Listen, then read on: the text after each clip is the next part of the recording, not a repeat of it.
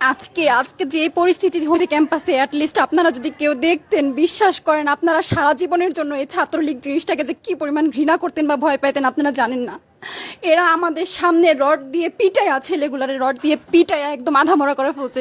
তারা এসে আমাদের পেছনে লুকাইছে, আমাদের বোরকার পেছনে, আমাদের ওড়নার পেছনে লুকায় বলে, আপু আমাদের একটু লুকায় রাখেন, আমাদের ওরা মাইরা ফেলবে, আমাদের বাঁচান আপু বাঁচান। আমরা তাদের ওড়না দিয়ে বোরকা দিয়ে লুকায় রাখছি, সেইখান থেকে আমাদের ধাক্কা দিয়ে ফেলে দিয়ে তাদের বের করে আবার মাথায় রড দিয়ে মারছে, এমন অবস্থা। এবং তারা আমাদের ক্যাম্পাসের পরিচিত মুখ, আমরা চিনি তাদের, তারা এই অবস্থা করছে, রাস্তায় একদম শোয়াই ফেলছে। আমাদের হলের মেয়েদের বুকে বড় বড় যে আসতো ইট, এই ইটগুলো বুকে ফেঁকে দিছে, মানে একদম পুরো বুকে লাগছে, এরকম জামা কাপড় ছিঁড়ে ফেলছে, এত বাজে অবস্থা।